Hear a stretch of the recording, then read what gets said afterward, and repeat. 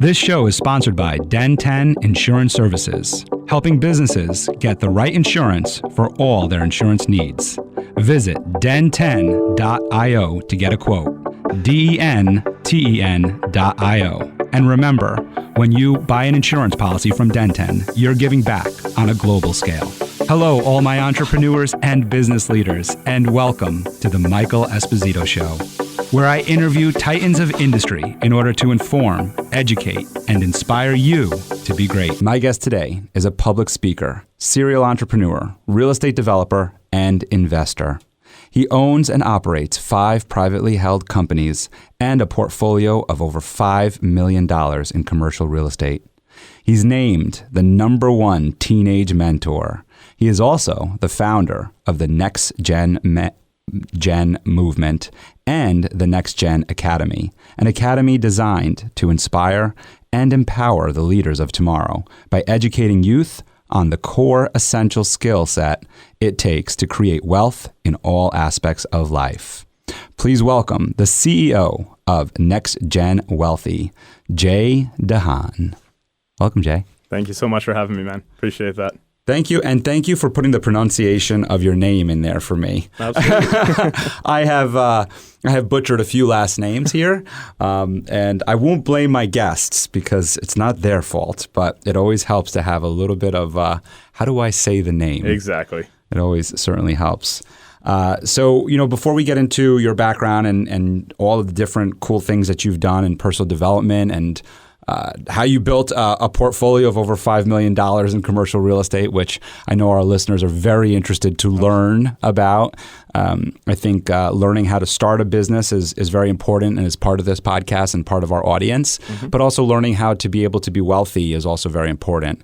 I forget his name, but the person who started the Angel Investment Group, and I forget the name of the Angel Investment Group. But anyway, I heard him on the Joe Rogan podcast talking about, like, if you want to give back and to be able to impact others, he goes, let's get you rich first. Correct. Do you know who I'm talking about? I know what you're talking about, but well said. Exactly. Yeah. Because it's very true. A lot of people want to help people all the time, but it's like, make sure you help yourself first so that you can help people. Yeah. And I'm interested where that comes from. And you also stated that you got into personal development at a very young age. Correct. But like I said, I just want to jump into something real quick because It's always an honor when a guest takes time out of their busy schedule, especially somebody as high level as you and have so many things going on, to not just drive to the studio, but hop on a plane, arrange their plans to come out to New York and visit the studio. So I'm very interested in that mindset and your trip. Look, first, it just comes down to experience. I love experience. It's awesome to jump on a Zoom call and to, have a phone call, but to actually fly out here and actually have an immersive experience, it's all about getting to know you, understanding you. I've never been to New York. I thought it was a great opportunity to, bring my girlfriend out, get to actually see New York and have this interview with you. So I appreciate you. And she's here in studio, so give her a quick shout out because we see her right here in studio. Yes, my girlfriend, Emmy Stevens. That's it. Very cool, and she's doing some really cool reels. So if you're listening to this and you would like to get a visual of this, there'll be some reels on, I'm sure, your social media channel. Absolutely. And we'll have them on ours as well. So tell us about your personal development journey and where that started, because you did say it started at a young age, although you are looking very young to me right now. Fair point. I'll say this before I even kind of get into that. Even when you did the introduction, I appreciate the introduction, and it was written, quite nice from my team and myself. But really, it's not about any of those titles. It's not about the accomplishments. It's not about any of that stuff. It's about the person that you are, right? Everyone's always talking about, what is it that you do for a living? But it's not really what you do. It's who you actually are. And that's why, even flying out here, connecting with you, I feel connecting with people is the #1 thing that you can learn. And that's what I'm going to really talk about today, in being able to really harness those authentic relationships with people to actually grow your network, to get the success that you actually want. It comes from that. It comes from people. And, I always say, a lot of people think money is everything. And then they get smart when they have money. They go, no, it's actually time is everything, because you can never buy back a minute. But what happens when you have both? You understand that people are everything, because people are actually the root to your success. So, yeah. Where did you learn that concept? I think it started at a young age, yes. As you mentioned, it was right out of high school. From my earlier years, it was interesting to go through ups and downs of experience. from being bullied in, middle school, heavily bullied in middle school, to a point where I would scratch my legs and bleed so that I would tell my parents I couldn't go to school. But then transitioning very quickly to then finding my inner confidence at a high school level to becoming a prom king. But being prom king didn't really help well, because that means I was skipping a lot of school trying to act cool, which led me to being a high school dropout. So from that kind of momentum was now chilling out with the wrong crowds, getting involved in drugs and fights and all that kind of stuff that landed me in a jail cell. Wow. So all that happening in that time period, and that's why I'm such a advocate towards teenagers right now and how they need to actually find that inner self being. Because at that lost age, I thought to myself, well, I have to do something different. I got to transition. I don't want to stay in this jail cell. That's where my personal development journey started. So from there, I started immersing myself in anything I could get my hands on. Started racking up credit cards to buy courses online, attend seminars, webinars, anything I could do to consume the type of knowledge that would help me. Because it wasn't really math and social and school that really intrigued me. But what it was is the brain. How does the brain learn? How does the teacher get into a position of standing in front of 30 students and be able to actually articulate their language and speak? I was always fearful of public speaking, so it's kind of interesting, the journey for the last 10 years that's taken. Yeah. And you also, you mentioned, and you have the resources now to be able to invest even more in personal development. And you mentioned you've actually spent millions of dollars in personal development, which I think means a lot. From one point of view, it's like, all right, well, you have the money to be able to invest it. But as you just said, even when you didn't have it, you put that investment in credit card debt. Yeah. I share a similar story. I wasn't in a jail cell, but I am interested in that story as well. In that, for me, about 5 or 6 years ago, when I realized this isn't working, I put it all on my credit card. I called up Tony Robbins, got all of, I couldn't afford what, I wasn't willing to take the risk to do the investment of going to the seminars or getting the coach. But I was willing. I said, you know what, the second step that I can do, or the third step down, notch down, is buy the CDs. Yep. And so I bought like all the CDs. I remember a huge box showing up, and it was all his CDs. And I'm not that old, so CDs were definitely past, but that's what they had available. So I bought them, and I just downloaded them all into my G Drive, uploaded them all to iTunes, and then boom, I remember I was actually unemployed, making believe I was employed. So I would go to a hotel, the Hampton Inn in New Paltz, New York. Okay. And I would go to their hotel lobby. I'd put my headphones on, and I would literally study those tapes and just journal and do all the exercises that Tony said. And they worked, man. They really did. So there's a lot to be said about that, and something we share there. I think that's like, it's the willingness. Right? It doesn't matter what what size or where you're at, whether it's the private coaching or even just the CDs. I think it was just the willingness for you to actually want it, right? To actually develop yourself, to know that was the next stage for you. So I think that's mad respect. I think that's a big piece there too. What you just said there, the willingness. You mentioned about public speaking and a fear for public speaking. I had an opportunity to do a presentation for our local chamber just this week, and we're talking about public speaking, and we're talking about the tips and everything. And you can go through all the tips, and there's so many books, and there's so many resources. But at the end of the day, you have to want it, right? You have to want it. You have to want the change. I want to go back into time before we go too far forward into this phase of your life where there was so much adversity and challenges in front of you, of being bullied, of landing yourself in a jail cell, and what it looked like for you. What I always find is that there's always a core behind somebody or inside of somebody that knows what's going on is wrong. And it's, because it's not, they know what's going on is wrong, but there's something about their circumstances that they feel they can't change or have control over. So I'm interested in what was going on there for you. Absolutely. Like those are kind of darker times where, a lot of adversities, negativities and everything hitting. The real realization point was, again, starting my self-development journey and then learning NLP, neuro-linguistic programming. And NLP was a complete game changer for me because it opened my eyes up and my mind up towards the psychology of the brain. And more specifically, that we can create thoughts, but we can also remove thoughts. So when we get stuck on a topic or a thought pattern of a negative of emotion, we can chain that very, very deep. And that's what sometimes causes traumas and adversities and holdbacks and barriers to our mind, so to speak. So I think learning that kind of opened me up to the fact of, okay, you know what? I can actually control my own destiny. I can actually go and get what I want. It's not necessarily the law of attraction or power of positivity, but it's more so on just making the calculated thought patterns. And, you know, I have a strategy that I use for emotional control we can talk about in a bit here when we kind of move forward. But it's that emotional control and the emotional intelligence is the core skill to actually make logical decisions in life. So once you start to flick that switch in your head, you start to really just understand, okay, what is it that I want? And at that time for me, fear of public speaking now. Right? And I remember I was at a conference, and it was a real estate conference, because that's when I started immersing myself more into real estate.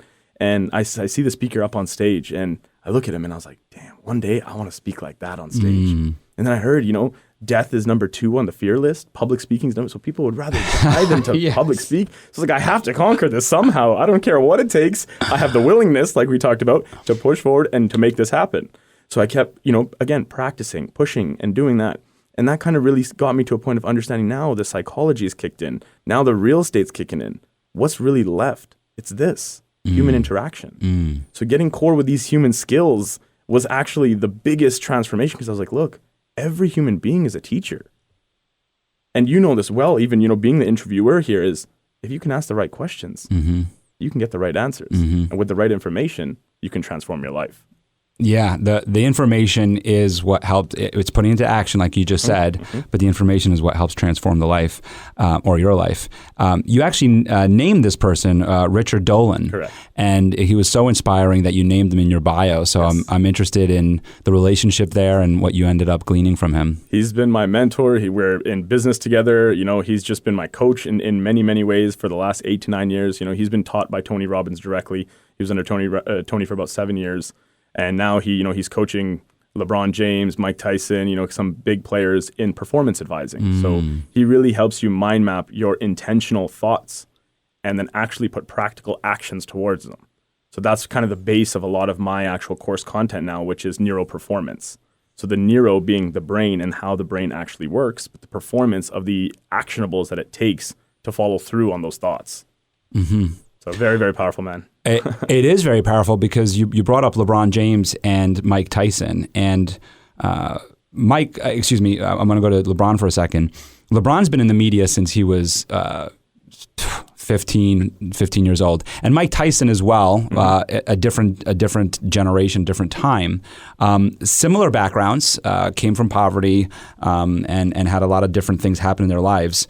But LeBron had this, I would say, let's just take this with a grain of salt, easier path in entering the NBA, having the mentors around him, and being able to shift from the life that he left behind into the life that he became.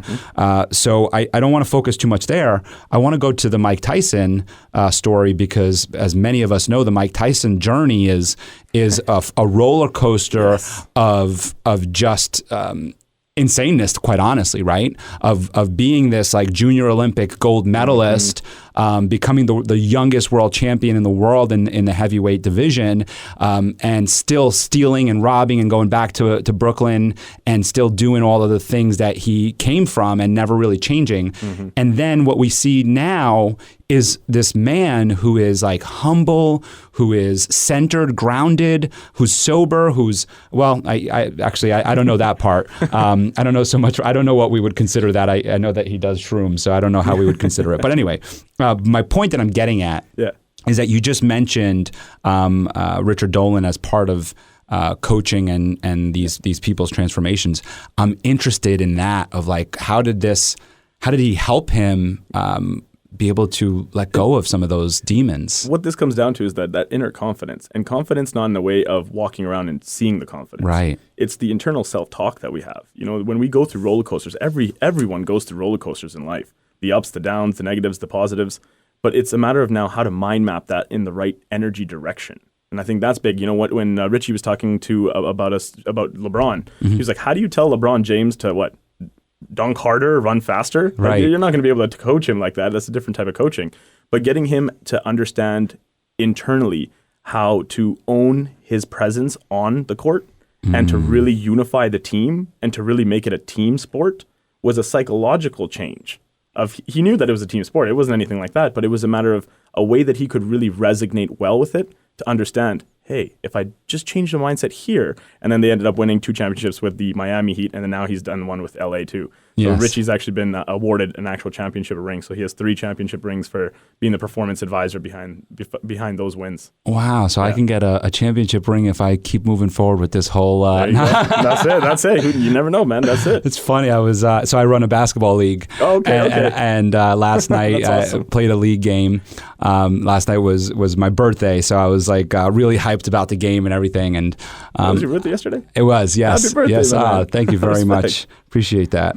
And this morning I was thinking about the game and I was thinking about the NBA, and I was just like, I want to go into the youth and what you do in terms of inspiring the youth. And I was thinking about how I coach and the NBA, and then the different dynamics between getting from playing. My daughters right now, they're 5 and 7. Mm-hmm. So coaching them through grade school, going into high school, I'm picturing all of this, and I'm thinking, is the NBA really the end result, or is it the league? And what I mean by that is like what I got out of last night of arriving to the game, and all of my friends, all the people that know me, and because obviously, everybody knows me because I run it, wishing me a happy birthday and making sure that I have a fun night. And at the end of it, even though I didn't have the best game that I would have liked to have had on my birthday, getting the text messages of like, hey, you were working hard out there, great job, you're the best hustler out there.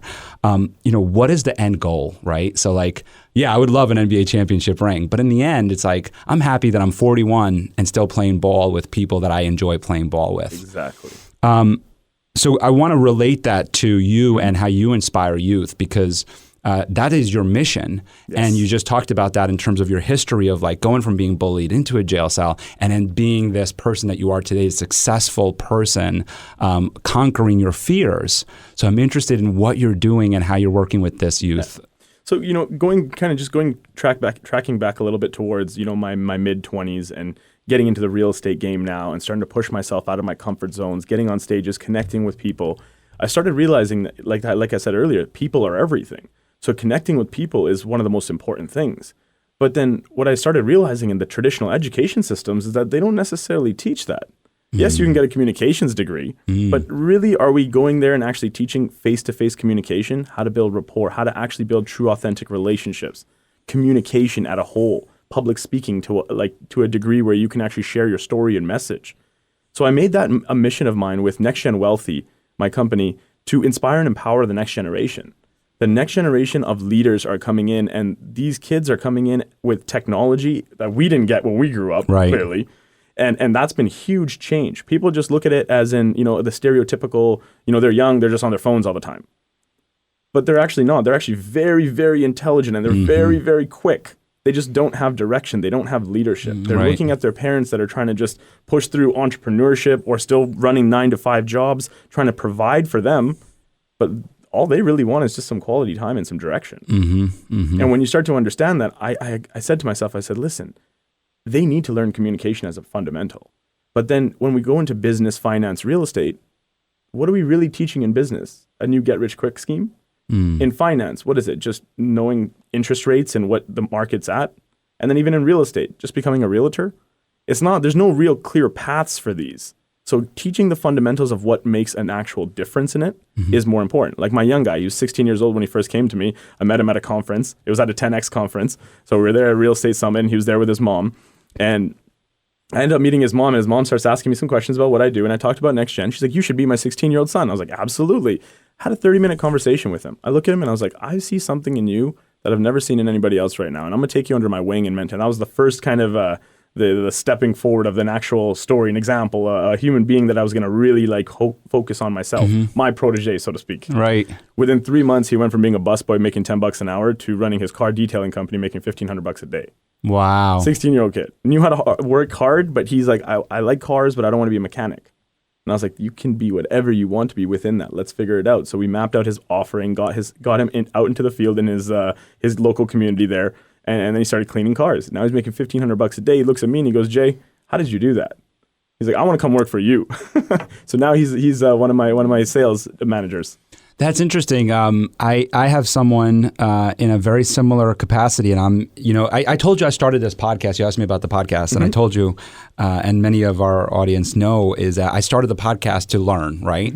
And so I'm in a very similar situation that happened to you. How many years ago was that? You said with the 16-year-old. This was about 2 years ago. Well, 2 years ago. Year and a half, yeah. I'm in a very similar situation. I have a young man who I met when he was probably around 15, 16 years old. Okay. I did a thing for youth leadership, a speech for youth leadership, and I spoke a lot about your why, like in public speaking, like why are you there? Who are you there for? And what are you offering? So what is your why, right? And really honing in on that. Purpose. And next thing I know, he shows up in my Toastmasters group. I didn't know who he was at first, right? Because he's a man now, right? And I see him, and I so why are you here? I ask him, what brought you here? And he goes, well, actually you. And I was like, whoa, this is crazy. And he talked about the why speech. Wow. And I was like, wow, that's incredible. So I was like, we got to connect after this because there's no way I'm letting you go again, right? So we connected afterwards, and he's shown up time after time to different events that I've invited him to, networking events, and he wants to be a video marketer. He's done some video work where, like I just told him, I said, hey, look, you can, come to this event, shoot some of the film and, send it to me and we'll use it and see what we can make of it for you. Yeah. Well, it was tremendous. It's actually on my LinkedIn, the work that he did. I was like, this is awesome, man. So anyway, I just had the conversation with him recently of like, what me mentoring him can look like and to help him do that. And so I'm interested in how were you able to mentor this young man that you were working with into doing his car detailing while also doing your business? How were you able to manage the two? Because it's a lot of time. And that's what I was trying to figure out with his name is Rocky. Yep. That's what I was trying to figure out with Rocky. The thing with time is, right, we all have the same 24 hours, 1,440 minutes, and 86,400 seconds in a day, right? So that wow, you know it down to the second. Yeah. I guess that's very important in part of this whole thing, right? Absolutely, because time is just a measurement, right? How you allocate that time is now the important part, the hard part, you could say. So and again, it goes back to the limiting beliefs. That's why I'm such a big believer of now Neuro-Performance, because the limiting beliefs hold us back to saying, well, like I'm too busy. I don't have enough time. I hear that a lot with people. I'm like, now look, whoever you consider the richest person or the best person, let's look at Elon Musk, for example. Sure. The man also still has the same 24 hours we do. Well, I'm going to say, I've watched a lot of interviews on him. He does not. Like he sleeps like 3 hours. Yeah. Well, that's true. But that, again, it's I know. It's perspective, right? I'm with you. Whoever it may be, the point is that when you start to understand how to allocate the time the right way based on what you actually want in life, it starts to change up the game. Because most of us humans, we spend a lot of our time on things that we really shouldn't. Right. And I'm not even just saying like the distractions like TV and just mental thoughts. Every single day we spend thoughts and thoughts, thousands, tens of thousands of thoughts on things that we shouldn't think about, right? Whether it's past, whether it's hoping for the future. It's so hard for humans to be present. That's been probably the catalyst to my success, if I could say that in one simple thing, is just to be ultimately present. And an example of it is when I go out with my friends, we're on Monday night, we're going out for beers or whatever it is, and we're hanging out. I do this game. We all put our cell phones in the middle of the table. I start it. I have two, so I put both of them there. First person to touch their phone pays the whole bill. Because I'm not going to come and spend my time with here when everyone's going to still be doing this. We're either going to immerse ourselves here and we're going to get to know what's happened in our lives and actually catch up and communicate, or take your phone and pay the bill. It saves me anyways. That's awesome. So if you're going out with a real influencer, you're going to get like the best scotch out there, right? Because you're like, there's no way they're not going to be able to. They're not going to be able to hold back. Let's go into this emotional control because you brought it up before, this Neuro-Performance. I'm interested in this whole concept. Well, it's not a concept. This what you teach and what you do. Yep. So my background in neuroscience and also NLP, psychology, however you want to label it, classify it. The point is, it's just mapping out your thoughts, understanding that your thoughts are the starting step. Then it goes to your heart, the emotions, and then it's the true energy. So if you can master your thoughts, master your emotions, and master your energy, you become one with who you are. And that's my own true belief. Now, going into the emotional control, this is the hard part because, the best way I'll give it to you is that we have 3 levels of thinking. Level 1, level 2, and level 3. So if I use an emotion, because out of the common 7 emotions that humans feel, remember 6 are negative, 1 is positive. Joy is the only positive emotion on a generic level that we actually feel. So when we're dealing with the 6 other ones, let's just use anger as an example. Anger, you'll use language in your own mind in level 1 thinking I am angry. In level 2, you'll switch to I'm having a thought that I'm angry. And in level 3, you'll say, I believe I'm having a thought that I'm angry. Now, let me put this in perspective. Let's just say you're driving down the freeway. You're going, you're in the fast lane, and some guy comes right next to you in a big truck, swipes you almost off the road and guns it up. You're pissed. You're angry. You're like, oh my God, what is this guy doing? In level 1, you're in driver's seat. This is you swearing and blaring. In level 2, it's the version of you that's sitting in the passenger seat. That's looking over going, well, what are we going to do? Are we going to crash into them? Are we going to call the police? Like, we're okay. Don't worry. Like, let's just get back on the road. We have a destination to go to. And right there is where humans go through that every single day. The level 1 to 2. It's almost like the devil and angel on your shoulders, so to speak.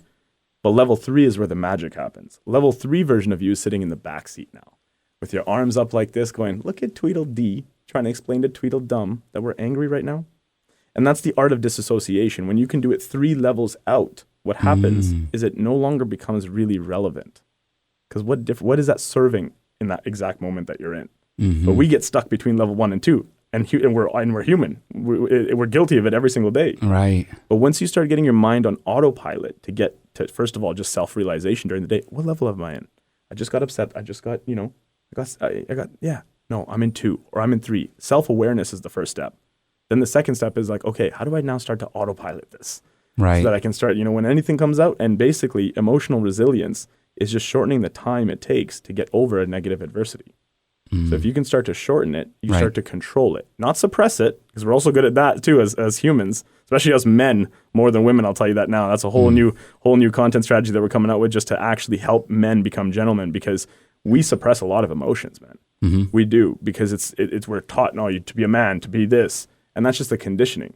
But once you start to open that up and you start to control those emotions, it's a whole different game because you own yourself.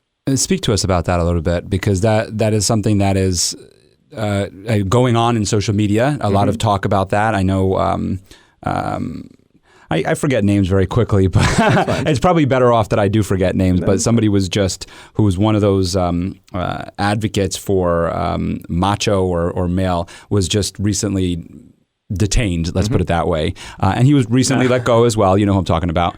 And but it's something that comes up a lot in conversation right now, because we're trying to figure out where's the balance of, we want to create a society that's fair and balanced, but then sometimes we overcompensate, and in that overcompensation, some others are kind of left out. In the cold. And so I'm very interested in this course or strategy that you have. What this really comes down to is just owning your value, owning your power. That's why what I talk about is uncaging your roar, right? I feel like us, especially men, but this works with the women as well too, because they're lionesses. They know they are. But the thing is that when you're a lion or a lioness, you're walking around, but what we do, just like our mind, is that we cage our lion. We put him in a cage, keep him there, and then our brain gets really smart and starts putting locks on it. And to really uncage your roar and your inner power is to first of all work on those locks, which usually come down to 3: judgment, ego, and fear. The judgment of others, the ego within yourself, and the fear of the unknown. Those are your gatekeepers. Right. And once you can start to take those locks off that cage and your lion is able to come out and start to stretch out a little bit and feel out the environment, then you actually get ready to roar. So it's finding your inner power. So it doesn't matter how, so the social media and, even Andrew talking about the stuff that he talks about online, it's great because it's its own perspective. But really beyond anybody's perspective or opinions, it just comes down to your own self-worth. How do you get in tune with this inside yourself and become whole and complete?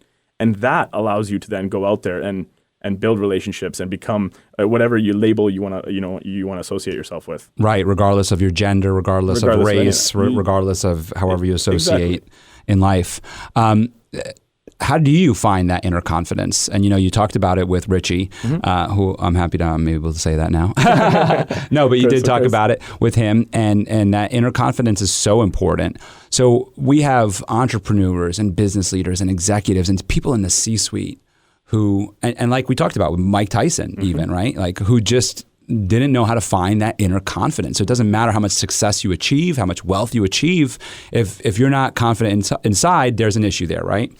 So how do you find it? How do you develop? Well, first of all, it's a lot of work. It's a lot of inner work. And I know that sounds just kind of pretty simple, but it is simple. It's just working on yourself, asking yourself certain questions and getting coached in a way where you can start to unlock certain things. For me, I'll tell you, it really comes down to childhood trauma. That's what I coach my clients directly on, because I know that's what's the holdback, it's the barriers. So with my psychology background, I'm able to, through conversation, get them deep enough, and even using hypnosis if I need be, to really be able to fine tune and get them into that state of mind to put a ribbon, so to speak, is what I like to use in my references, on some of those childhood traumas, the adversities that have created a lull inside the thought patterns that's coming back in adulthood. But they don't know that. That's why it's the hardest thing. That's why I don't really advertise my coaching either, because I only work with people that can understand exactly what I do and know that I'm able to do that. Because once they do, through conversation, I had a client of mine, just in November.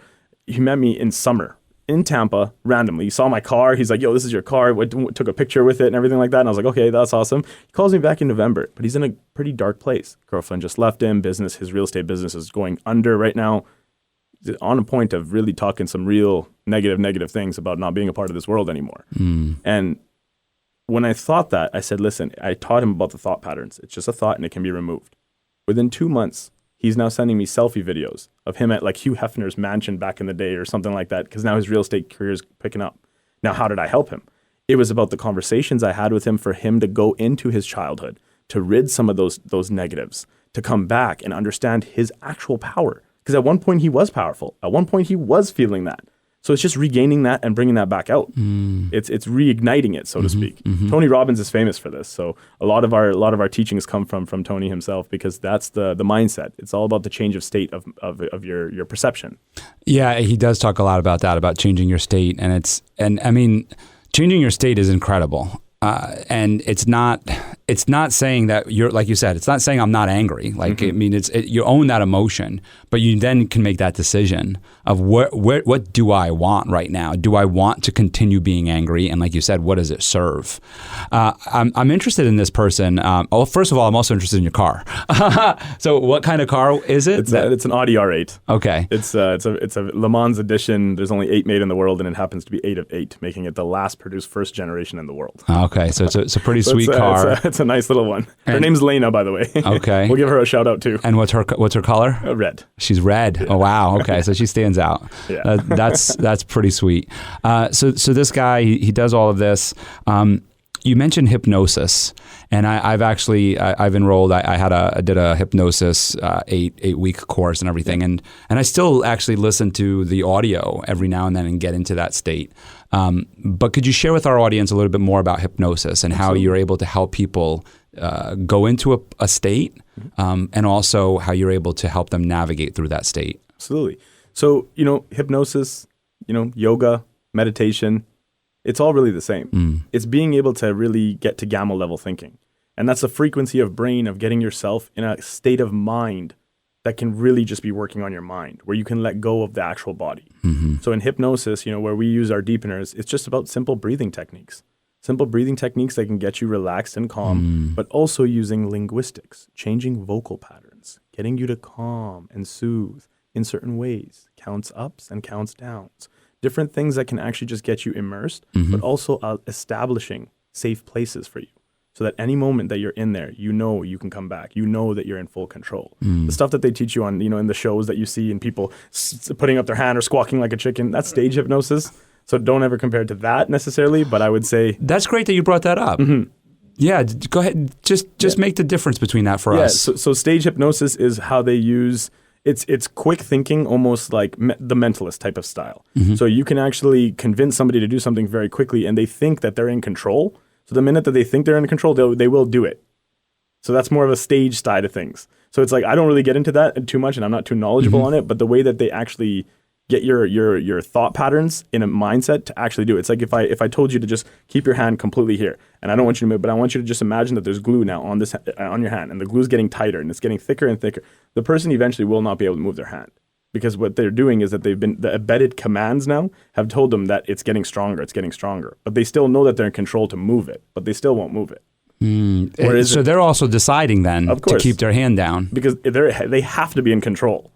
Right. You can't control somebody else like that. That's not humanly possible. Right. So you have to use your language. With our style hypnosis is more just getting you in a relaxed, calm state of mind, so that we can now work on a journey and go through a timeline. Like time-lapse therapy is an interesting one that we use, where you literally zip line through your timeline, through experiences, and we take you there and we get you into that moment. But you're like at like third level, you're disassociated. You're watching that experience, that negative trauma that had happened when you were 4 years old or 9 years old, and you're seeing it from a different perspective. And the coolest part about hypnosis is that you don't need to talk about it.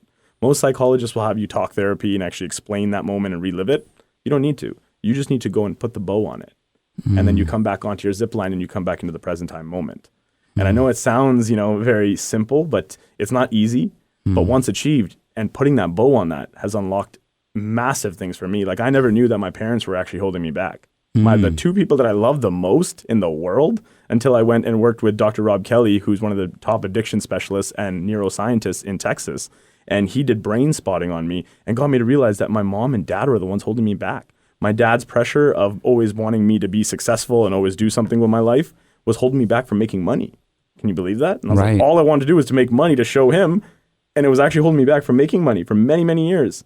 And then on my mom's side is that all she wanted me to do is be healthy, not to drink, not to party, not to do this kind of stuff.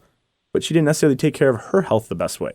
So that was a childhood trauma that I was experiencing, a mixed signal that my brain was receiving, although my conscious mind was just saying, that's my parents. I love my parents. I just want to make my parents happy. Right. But now understanding that, going in and tying my bows on that allowed me to completely break free, get more into a healthy state of mind, and now making more money than I can imagine. Right. Yeah. More money than most of us can imagine. And let's go back to dad for a second. And I'd like to also dig into mom. So by him putting in front of you this expectation of success, it became a barrier. When you were able to kind of, like you said, zip line, I really love this analogy, by the way, and I like that, how you were able to kind of also show it with your hands. So definitely got to tune into the YouTube channel and the reels that he's putting out there. What did you see there, and what did you come out with on the other side that helped you put this bow on it, as you said? Yeah, which was crazy, is because I didn't know that was holding me back. That was the biggest challenge. That's why us humans, we don't know what we really need. We don't know what's actually holding us back. That's why I feel coaching and mentorship from somebody that has the experience of a lot of psychological, not just theory, but the practicality of it is so important. Because at the beginning, it's like I didn't realize that. So once I kind of understood that through the conversations that I was having with my coach, it got me to say, okay, wow, I'm aware of it. But what does that actually mean to me now? Right. That's the part, right? Like, what does it mean? Exactly. And I was like, wow, that's interesting, because, it was the constant where the business, where are you at with business? Where are you at with money? And it was like little comments that I could actually hear now that were actually stopping me from success, even though I didn't have the right intention. Right. That got me clear on my purpose and intention, because before it was like, no, I got to make money. I got to succeed in business. I got to do this. But there was no intention behind it. Once I got to go through that experience and brain spotting, kind of clearing that, it got me to understand the purpose is actually for me. Like, I created NextGen, the group of companies, because I always want to impact and influence the next generation. I don't have my own just yet, but I want the next generation of people to be better. But I always knew that it was because my generation above me took that time, effort, hard work, dedication to move away from India, from England, to come to Canada, to grow up, to build a new generation. So I always had that, that kind of standard to be like, I want to take what they did to the next level. But taking them to the next level wasn't my intention. It wasn't my pure intention. Right. My pure intention came from me actually living my lifestyle and feeling my abundance, freedom, and wealth. And that switch there changed the trajectory of my life. Wow, that's incredible. And the other thing I want to just touch on, and then I want to go into mom too, is the time it took to get there. So it was, I think it's important to touch on these two things. And you're going to speak to the time piece. But so many, again, entrepreneurs, so many of us, we think, I'm going to become a public speaker. I'm going to go to this seminar, and then the next day, I'm going to be able to get on stage and speak. I'm going to go to this therapist, and the next day, I'm going to be better. And a couple things to realize this, and you're going to speak on the side of time here, is you went to an expert. As you mentioned, Dr. Rob Kelly, who's like well known for what he does, and you went there. And so it didn't happen in one session. So I'm interested in the time that it took. Actually, interesting enough, so time in personal development in general has been the last decade of my life. Yeah. Right? Ups, downs, this, that, coaches, mentors, conferences, everything that I could get my hands on. But one thing that I also realized, again, how powerful the mind is that it doesn't necessarily take 21 days to build a habit. It actually takes 1 second. A choice. So as much as you say, going to a therapist and the next day you feel better, if you actually want that to be the result, you can. Because think of it like this. You get into a bad car accident. You don't want to ever be in a vehicle again. That's an instant neurological change that you've made inside your mind in a negative way. Why not just do that in a positive way? But why do we have to wait for the negative adversity to hit? Why do we have to wait till we go broke first before we make that action? We do all the things because we wait and wait and wait, and then when something hits us, then we go, okay, now I gotta take a course of action to recourse. Instead, think of it from a different perspective. It's like, I'm actually just creating my own course along the way. I'm building my own pathway. So I think that was massive. And with Dr. Rob Kelly, that was 2 months of coaching. Cost me well over into the 6 figures, but it was 2 months of immersive daily check-ins every single day, not being late to one call, being exactly precision for the assignments that he would give me, the mind work that I would have to do, and coming back with that. So it was 2 months of dedication every day. Let's go back to that, what you just said there too, of like you said, that was 6 figures of work there that you put in there. So you were doing well prior to this. You were financially well prior to making a choice to go to this person, to Dr. Kelly. Where does that decision happen? Because again, we go back to the outside, or I guess internally is the answer for you. But we go back to the outside. You're doing well. Why do you need to make any changes? Why do you need to go seek out a doctor? I'm interested in that. More self-development. Right. And when I say that, I say, I'll never stop learning. That's the first thing. And the second thing to that is that there's more people to meet. See, money doesn't change that. You can put $1 billion into my account today. I'm still going to go seek people that I want to communicate with and get and learn from. Right. So the money doesn't really actually change the factor. It's just your list gets maybe stronger on the people that you can actually communicate with. I always say, at the beginning of the year, people have resolutions and all that stuff, but who's the top 3 people in the year that you want to meet? Right. Make that a resolution.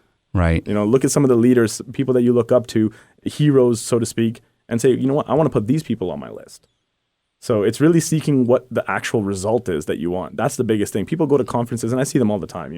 I'm a part of many different communities, and I always attend the events, just to be connected. And I see people all the time. They go there, they go to conferences, they write a bunch of notes down, they try to get all these phone numbers and try to do it. And then the next day, they go back, no follow-ups, and they're back in the same slump. So it's like, why just get fierced up and pumped up there? Go in with a result, though. Go in saying, I'm going to connect with X amount of people and I want this and this and this, and go in with the right intention and get the result. With Dr. Rob Kelly, it was the same thing. I wanted the result. I knew I was doing successful. I knew I was good, but there was still something off. And that off bit was just like, I know I can do this more. And you're always going to have that feeling as an entrepreneur. I know I can do more. But it was me being self-aware enough to understand the minor tweak that I needed. Because I didn't know that it was my parents holding me back, but I knew that there was something that I needed to work on. And that's why I seeked somebody that had that type of expertise and was able to sell it, to be honest. Right. Give them an opportunity. Being a buyer is amazing. Right. We forget that we buy. We're like, being a buyer is amazing because you actually have the ability to go out there and get people to sell their services to you. Right. And choose the most qualified person that will give you the result and then pay for it. You reminded me of a couple things here. One is with the always learning. I go back to Rocky. So he's 19 years old. Was at a networking event with me, and was speaking to someone. I introduced him to someone who's an older gentleman and successful as well. And asked Rocky, "What are you doing?" And Rocky's saying, "Well, I'm just trying to learn. I'm learning. And I interrupted. I said, "We're all learning, man." I said, we're all here learning. So I love that you touched on that, in that we're all learning. The other thing is about setting a goal to meet people. And I bring this up because I have goals of meeting certain individuals. And I spoke about this on the podcast before, but it relates to what you're talking about here. I had a goal to meet Ryan Serhant. I'm sure you're familiar with who he is, right? So I had put in my vision board a goal to meet him by 2023. And I was at a networking event, and I met a gentleman named Ricardo. And Ricardo and I hit it off real quick, really well. And he started telling me about an event that he was going to down in the city, down in New York City. And I said, cool. I said, well, tell me about the event. He starts telling me about it. He goes, yeah. And he's got a heavy Spanish accent. So he goes, yeah. And this guy, Ryan Serhant, is going to be there. But he didn't know who he was. So he's just saying Ryan Serhant. Yeah. And I said, I said, who? And he goes, Ryan Serhant. I go, Ryan Serhant? And he goes, yeah. He goes, who is he? I go, he's on my vision board like to meet. Yeah. I go, when is this? And he goes, it's tomorrow. And I was like, now we're talking a couple months ago right now.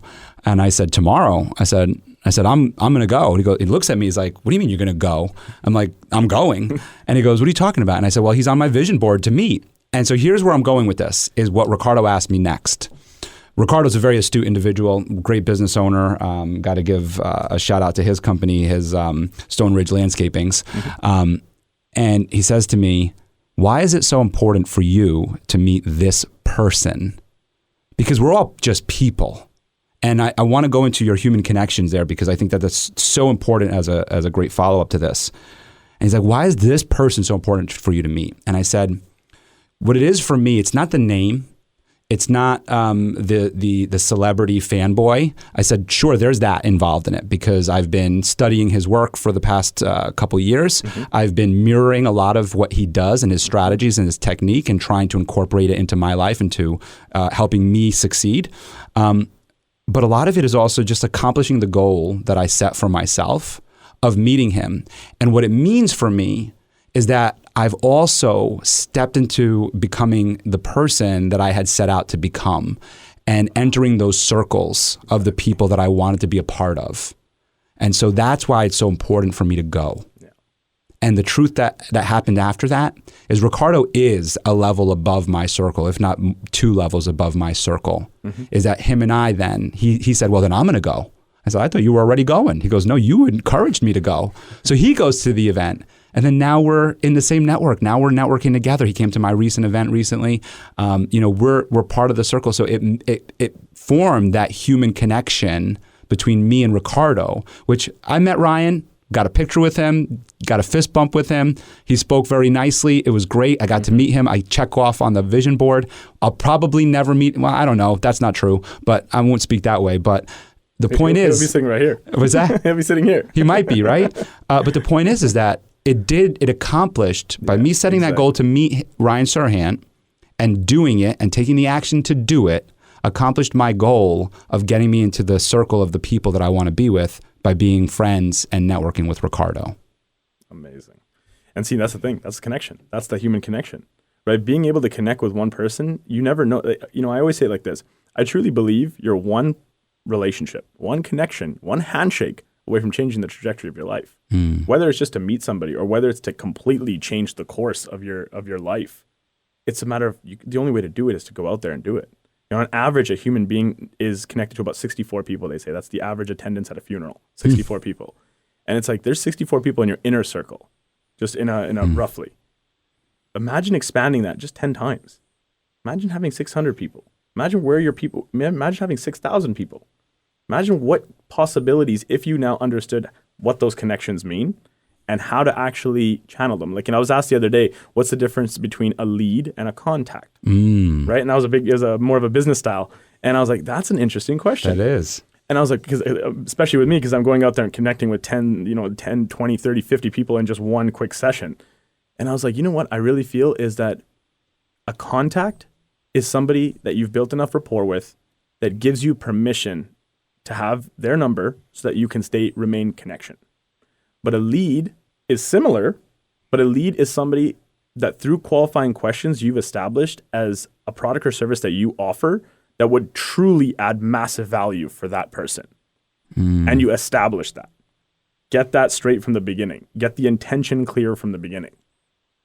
That's where most business owners will go to conferences and meet people and get connected and get phone numbers. But if you don't know how to establish that at the beginning, later on, it's going to be very difficult to recourse if you need to. So really what you're saying here is when you're going to these conferences, networking events, whatever it is, when you're meeting anybody, figuring out if there's somebody that's a lead that might be in need of your product or service, or if they're a contact, somebody who might help enhance what you're doing, help connect you to people. Just exactly. Remain connected to that person. And remain connected.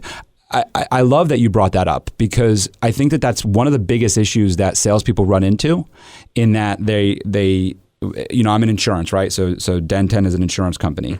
And in insurance, life insurance especially, we're taught Okay, call up your friends and family. That's your list. That's your first lead list, right? Of like, call up your friends and family. And most of us don't do it. And that barrier, we don't understand that barrier. We don't understand it. And actually, to be honest, I mean, I might have understood it a little bit, but not to the degree that you just explained it. In that the reason for that barrier is that the people in that list, those family members, those friends, they're contacts to me. Mm-hmm. They're not leads to me because they might get value out of first of all, they all will get life insurance is certainly valuable. But the point is that I'm not viewing them that way. Exactly. And that's the barrier. And then when we go into these networking situations or whatever, if we can look at our network of people and identify who are the contacts, mm-hmm. who are the people who are going to connect me to people, enhance, and all the rest that you said, continue a relationship with, versus who is a lead, who's a good person for my product, it's going to make that phone call a lot easier. Mm-hmm. And going back to your family example, it's like, not all of them are just contacts. Some of them will be leads. Right. That's fine. But that, again, the intention needs to be clear on that. If you know, like you're not gonna get life insurance for somebody that that won't be able to maybe afford the premiums or something like that. If it's someone that fits the actual ideal client, right. that is in the right age, in the right whatever that might be for your ideal demographic and person, mm-hmm. if that person fits into that, absolutely, right. But know who that person is, and that's more of on a business scale of just like knowing your niche market and your audience and everything like that. But go for that and actually use the human connection to create that. Right. And I think also be authentic and truthful about it too, because exactly. That's how we take a contact and turn them into somebody who doesn't want to talk to us anymore, is if we're not truthful and saying, hey, listen, hey, cousin, I love you to death, and I want to speak to you about this because you fit the perfect demographic, you fit the perfect role for the person that I can sell this product to or whatever it is. Obviously a little bit smoother than that. But exactly, you get exactly. But you're being very transparent in that. Let's go back to this neuro-performance that you're doing with the youth. I'm again interested on this youth that you're working with. So in NextGen, how are you finding them? What are you doing? What are some, you mentioned this guy who's doing car detailing. What are some of the other things? Are you doing courses like where you're bringing in a large audience? Is it all one-to-one? Yeah. So the Neuro-Performance side is just more my actual one-on-one private coaching. Okay. That I'm usually just dealing with entrepreneurs, executives that really want to, use hypnosis to rid some of those limiting beliefs and uncage their roar. Mm-hmm. So that's just kind of my I like that, uncage the roar. Uncage the roar, exactly. And then on the other side, my give back and passion project is building the NextGen Academy. Mm-hmm. So the NextGen Academy now is compiling all of my IP, all of my knowledge, all the trainings and courses that I've done into my own content. So it's going to be an academy that's going to be launched probably by the end of this year. The pre-version of it is coming out just to actually, get some people involved because I really want to add value, and that's why we're not charging for it. We're actually giving it away because I don't want profit from this. And if we ever do make profit, we're going to be donating that back to helping more youth, because this is a project where I want the young people of tomorrow to be leaders today. And the only way to do that is to teach them the right core skills. So putting together the right foundations in business, finance, real estate, communication, relationships, and mindset. Mm-hmm. Those are 6 core modules. And it's because now with that being said, it's their generation now that needs to understand the community and connectivity. That's why we're building an actual community within it. Mm-hmm. So it's going to be attending a school, so to speak. Now we have it digitally, but that's where our live events and now our, all the different things that are coming out. And I don't want to speak too much on that because we are slowly releasing those. But, having immersive live events and getting kids all together and attracting them really is, yes, utilizing the social medias of the world, but it's just having conversations with them. Mm-hmm. It's a referral. It's a peer-to-peer. Right. Once, my young guy, Gus, he got into it. He started telling his friends about it. And his friends were like, oh, that's cool. And then they saw him. First, at the beginning, they didn't really trust it. They're like, I don't know about this. 3 months later, they're like, okay, now I see it. How do I get involved? And that's just going to start to spread like wildfire because it's proper teachings. And I want other teachers with me. I don't want to be the only teacher. Right. I want to bring you. I want to bring other people that can now use your knowledge in our generation to really bridge that gap. Right. Because they're very quick and they're very, savvy, but they still don't have the traditional foundation that we do. Right. So we still need to instill that in a subconscious way that actually resonates well with them, not just telling them what to do because they won't listen to that. And what's the age group that you're looking for? For that, it would be about 16 to about 26. Okay. It's kind of that. And you mentioned it's a free course right now. How can they find it? So you can just go to uncageyourroar.com. Okay. That'd be the best way just to start understanding a little bit more of the mind and just the communication. Okay. And then we'll slowly start releasing everything on the Academy. I like the Uncage Your Roar, and then I like the statement that you made about winning the game of life, and that you're looking to help people win the game of life. What does the game of life look like for you? So funny enough about that actual that statement came from me understanding my own name. So my name isn't fully Jay. Jay is my nickname, but my full name is Jeevan Jeet. Okay. And it comes from my parents are originally from India. And in Punjabi, Jeevan Jeet. Jeevan is how I kind of grew up, which means life. And Jeet means winning. So my name really means life winner, winning at life. And when I had said that to somebody, they looked at me and they were like, man, that's crazy. Like, that's what you did with me. You helped me win the game of life. And I was like, wow. And it just kind of hit me in that moment. So winning the game of life is you living with abundance, freedom, and wealth. Those are the three cores. So abundance is being able to have all the opportunities come to you, but being the most grateful for exactly what you have, no matter what. But being open to opportunity, an abundant amount of opportunity. Right. Freedom, the ability to do whatever you want, whenever you want, however you want, with whoever you want. That's freedom. And then wealth. And most people associate wealth with money. Right. I feel wealth is more of relationships, love, loyalty, respect. And yes, of course, money, because it is a tool in the toolbox, and it may be the sharpest, but it's just a tool. So once you can truly live with abundance, freedom, and wealth, you win the game of life. Right. It reminds me actually of the movie A Wonderful Life. Okay. Do you know? Are you familiar with the movie? No. It's a movie from what is it? The 1940s. Okay. It's a Christmas movie. It's one of those Christmas movies that they play every year, but at least my wife plays it every year. And it's about a man who takes over his family business by accident. His father, I forget what happens to his father, but he takes over the family business, but he doesn't get to live out his dreams. His dreams was not to run the family business, but through running the family business, he makes the human connections that you're speaking about saving the prescriptionist from killing somebody by overdosing them with the medication because he was working behind the counter, by doing different things of helping others not run into financial despair by giving them money, loaning them money, and being the money that he needed to buy something that he wanted. And in the end, he's like, I got nothing left, and I'm worth more dead than alive. And what he does is kind of like one of those tales where he sees a ghost and they bring him back into his life. And if you didn't save your brother, he would have, died. And if you didn't do this, she would have gone into jail, and all these different things. And in the end, he was short on money. And he needed money, otherwise the business was gone, and he owed money to the government, and he was going to get arrested.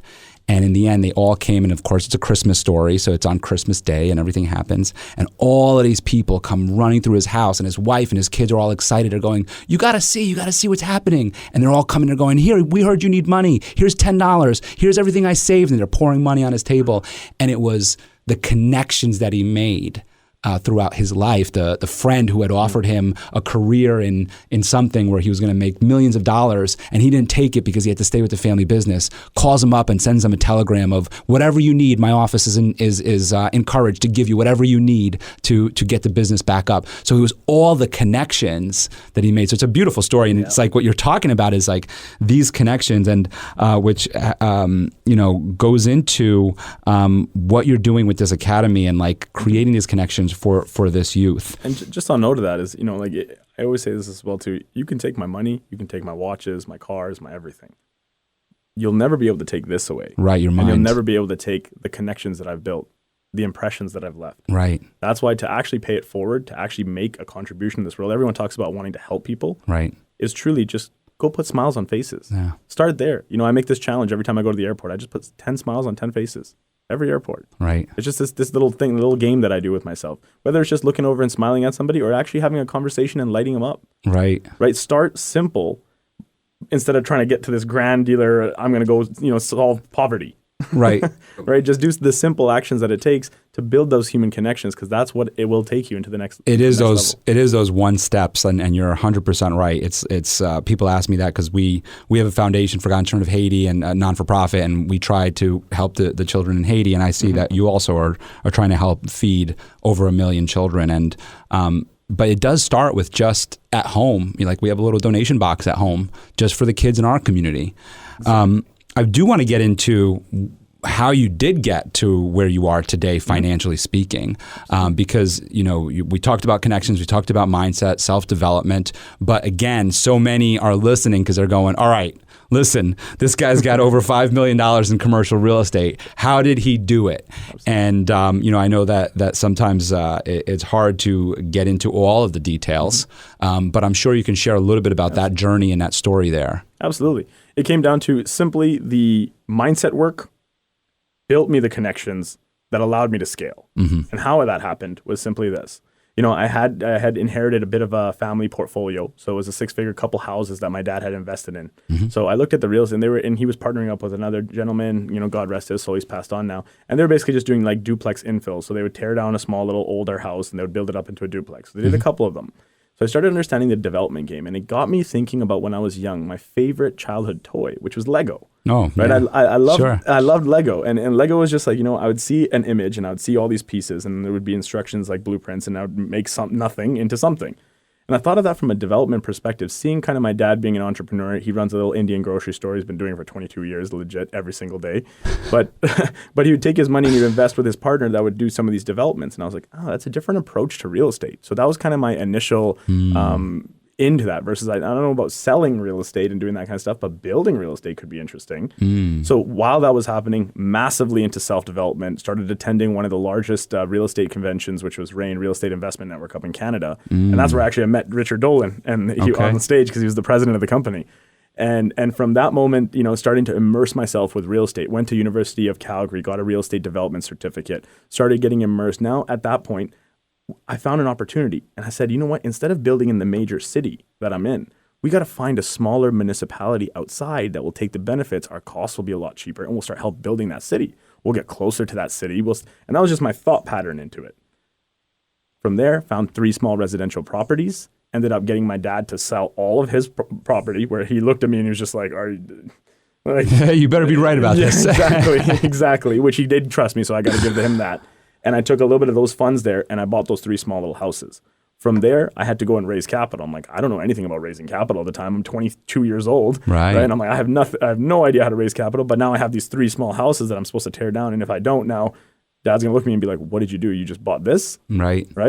So from there, it was a matter of now, okay, how do I now get connected with the right people? And now while I'm now in those RAIN rooms, connecting with the right people, I start listening and learning and adapting. And from that point, it was a matter of now, okay, this doesn't need to be residential. This needs to be commercial. And the knowledge of commercial started coming on. And I met this one gentleman. I remember he was a real estate agent. And he told me, he's like, if you think about it like this, he's like, a lot of people are going for multifamily. They love multifamily. And he's like, retail strip malls are probably the most profitable. It's a golden egg of real estate. And I was like, well, what do you mean by that? He's like, think about it. You have a tenant that's 5-10 years long and minimum, and they spend a couple $100,000 to build out their own bays. He's like, compared to the guy that gets mad at his wife and punches a hole in the wall. Right. And I was like, whoa, that just blew my mind. And I was like, that's interesting. So it's like, if I actually take this land here and rezone it, that would be the first step. So it was just a matter of always connecting with somebody to ask them the right question to get that answer and then go and put into practice. So we can get all the knowledge from people, but putting it into practice is the hardest part. So I took that knowledge, went to the city, asked the city, could this be commercial? And then it started, rezone the property, ended up getting an actual plan set up on it, and then went out to the market, started talking to people. Hey, you want to invest? Hey, you want to invest? We ended up raising a bit of capital on it and started the construction process. What do you think I was doing every single day? Going there on site, 6 a.m., writing notes, talking to the general contractor. What's happening here? What's the first step? What's the second step? Learning. If I'm going to pay for it, I'm going to learn from it. That's why I went back to the buyer comment. We're all buyers. Right. We just think we're buying products. Like, I'll just hire a general contractor. He'll build me a building. Go learn from him. So when I was hiring lawyers now, I would sit there and say, if I'm going to pay you $350 an hour, get my notepad out and I'm going to start asking you some questions. Learned the legal side of it, learned the accounting side of it, went to my realtors, learned the sales process of it. So now I started getting all well-rounded, and this is now 3-4 years. We built that building. In between, found another opportunity. I still remember at that time, we had to come up with $700,000, and it was we had $350 on our side, and our partner was supposed to come in with $350. Last minute, he opts out. We're already $50,000 into the deal. We're like, we need to raise $350. I still remember going back to the parents' bank. I did do that. And I went back to parents and I was like, credit card debt now. Like, we need this. I need to figure something out. I raised my limits, got my mom to raise her limits. We got the $350 in hand, went and closed that deal. Within 8 months, flipped that.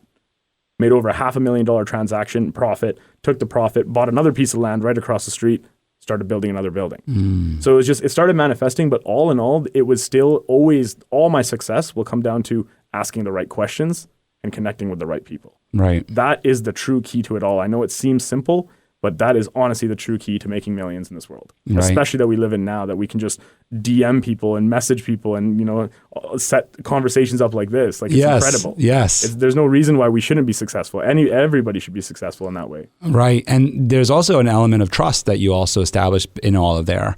Would you like to speak to that? Absolutely. So trust is the genuine intention, the pure intention. It goes back to kind of that contact versus lead.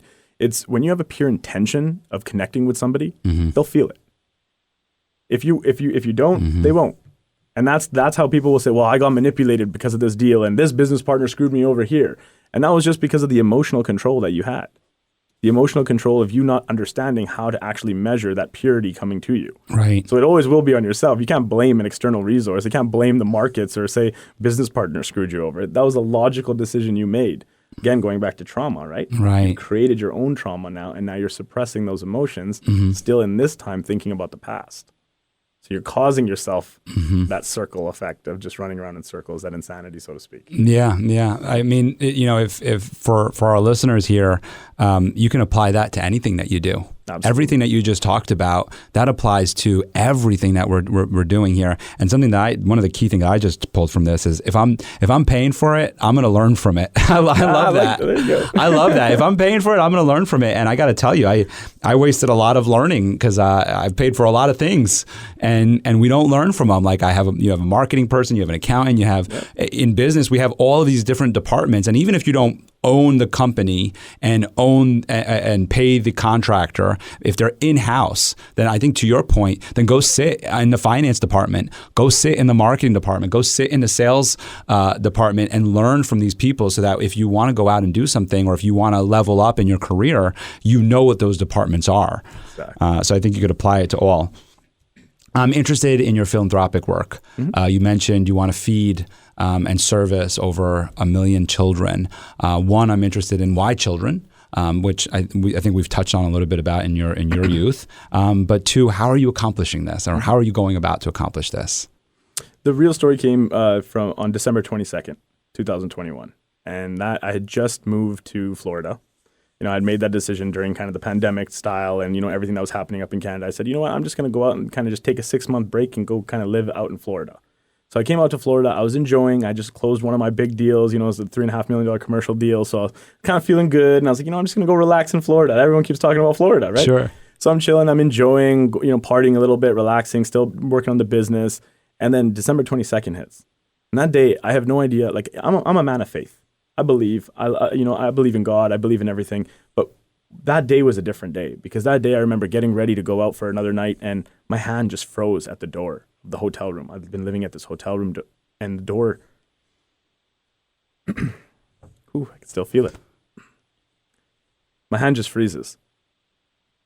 And it was the first time that my heart just sank, because it's like I have full control of my mind, my body, my everything, and it just froze. And all I heard was a quick voice, and it said, "Don't open the door." I didn't know what it meant. Went back inside, I sat down, and I can't share too much now because it does get me into a different state. That day, I met my maker. That day, I was sent a message, and that message was very simple. Feed children, educate youth, and work alongside adults. That's all I heard. From that day, I knew that was a purpose, that was a mission, that was a calling that was above me. I just became a voice in a vessel at this point now, from that day forward. I'm just here as a body to embrace human connection, get people more connected, and then utilize that by helping more people in my way, just as everybody else wants to do. Feeding young people, like kids, is something that I just feel that no child should ever go to sleep hungry. It's just that simple. Educating youth, I've made that very clear on it. They are our tomorrow. They're our tomorrow leaders. So why wouldn't we be doing that? That's just a no-brainer. Right. And then working alongside adults here to making sure that we're making logical decisions, not emotional ones. Right. So now I found my purpose track. As long as I stick to this, I know all the success, whatever you want to call it, whatever I feel my ideal lifestyle will come. I don't think about the future so hard, because thinking about the future isn't going to help me right now. It may give me direction and it may give me a finish line to hit, but I know that every choice that I make in this exact moment of me sitting here right now in front of you is creating that future. Not not just hoping for a better future. Right. That's tremendous. And, I have to speak to the emotions that I saw come through you in that moment. So obviously it was an impactful moment for you. And I think that, when those things happen, I've had it happen to myself as well. It's that self-awareness that occurs in that, it's like the question for me comes in is like, what am I doing? And why am I doing this? Like, what is this serving? And you start realizing that there's more in the world than what you just said, than these creature comforts or all this other stuff. There's more, and there's so much more work to be done. It's not about blaming others or what governments should do or shouldn't do or whatever it is. It's not about blaming them. It's just about like, what can I do? And figuring out how can I take what I'm already accomplishing and succeeding at and help others see it. And like you said, and no child should go to bed hungry. And I certainly agree with that. As we conclude, I always like to bring up your mantras. And for you, your mantra is monetize your passion in order to live life with abundance, freedom, and wealth. And you just spoke to that. So just to elaborate a little bit further on it for our audience and put a nice cap on it. I think the first part is probably the most important right there for mantra-wise in terms of monetize your passion. When you truly know what you're passionate about and you can create a way to actually monetize and make money from it, you're instinctively going to put the time and effort into it. See, we do things a lot of the time because we're trying to get a gain, again, financially. We do things that we don't like to do to try to just pay bills.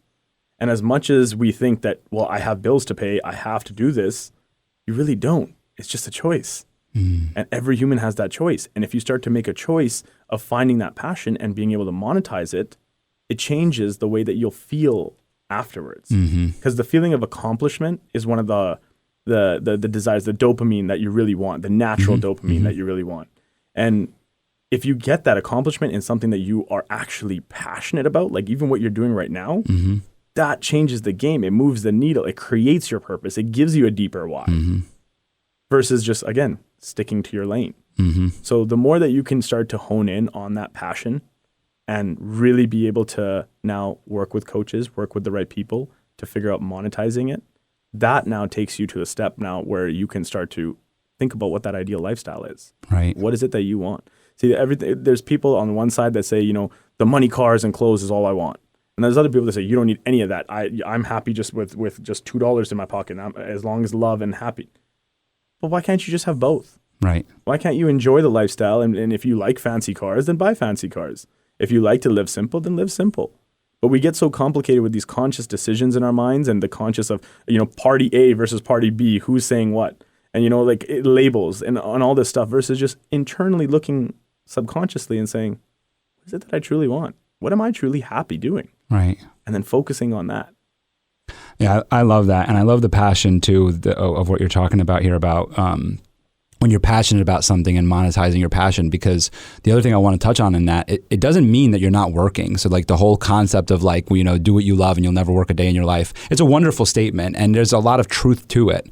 But there's still a lot of work that goes into the things that we're passionate about. And that is what creates that dopamine rush, right? Because it's that hard work that leads to the success in it because you're passionate about it. So you're going to see success in it.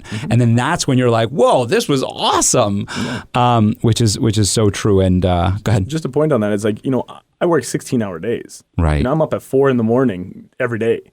Reason being is that because for me in that type of statement, it's not necessarily work. I'm still putting in 16 hours a day, right? No matter what happens, because I know how much actually needs to get accomplished. Right.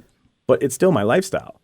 It's me being able to travel. It's me being able to be with my teams. It's me being able to go on meetings and travel and be here and, doing these things and allocating the right time in the right places. Right. That creates my lifestyle now. And of course, work is incumbent. There's a lot of hours of sitting on a computer just doing this typing, and going hard.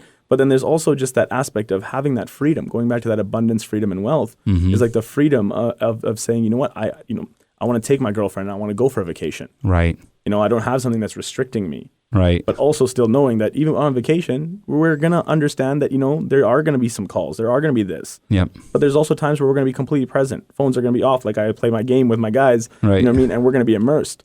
You know what I mean? I will shut off the world because I have that privilege to shut off the world because I've created that for myself. Yes.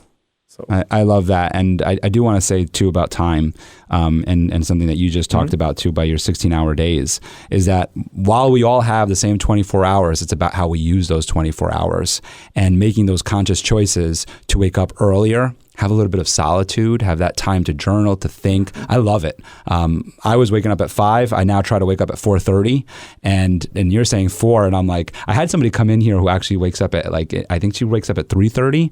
She's in real estate as well, so it's got to be something about real estate people. But the point that I'm getting at is that solitude is so important, and that, by the way, is quote unquote work. You're working on yourself, your mindset. All of that plays into your whole day. So I think it's very important to impress upon everybody that while we all have the same 24 hours, it's about how we use them. And the next part to that, which you just touched on too, is it's not about, and you touched on this earlier on in the podcast as well, it's not about everything that you're doing. It's about the things you're not doing.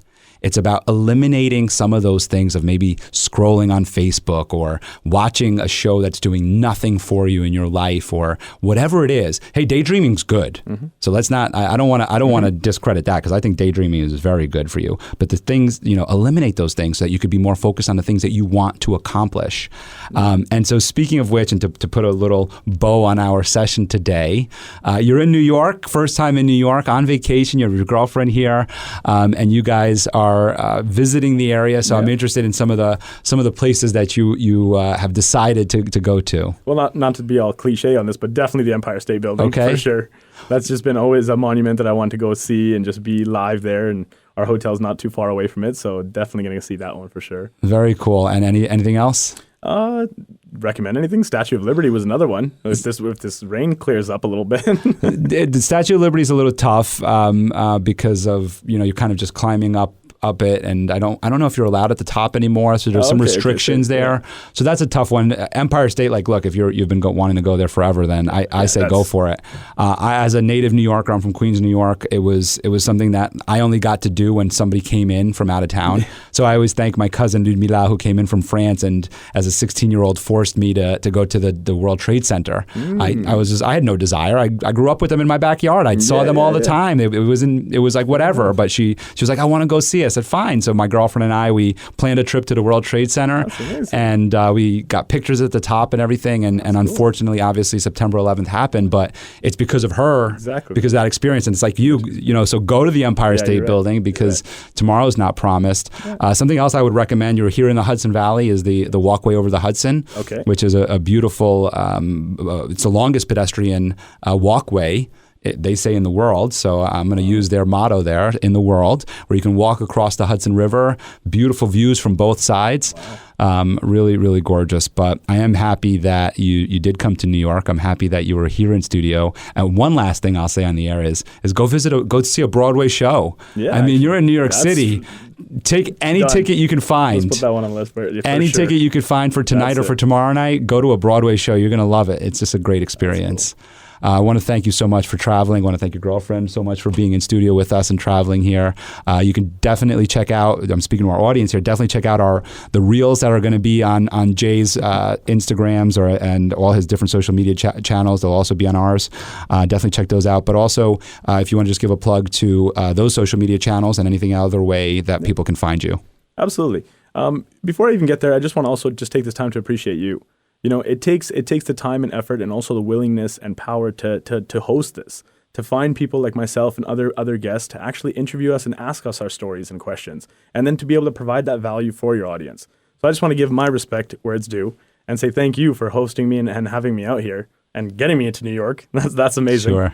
And by all means, if you want to connect with me, by all means, it's at Jay Dhahan. It's all my social media links are at Jay Dhahan, JAYDHAHAN, Jay Dhahan. Awesome. And again, I do also want to just give that free course available to anybody that wants it, uncageyourroar.com. So if you go there, just free, again, for you, for helping me out, here's a gift for your audience as well, too. I love that. And is it okay if a 41-year-old joins? Absolutely. Awesome. This is just uncaging any roar. I don't care who you are. It's uncaging your roar, your inner desire, breaking free from those limiting beliefs and going out there and just sharing to the world what your story is. Because I'll leave it with this. I believe that every human being has a story, a message to share. If you can uncage your roar and get it out to the world, you'll impact just one, even if it's just one person. You'll make the world move forward. Love that. Thank you so much. Thank you, man. Awesome. Thank you for listening to the Michael Esposito Show. For show notes, video clips, and more episodes, go to michaelespositoinc.com/podcast.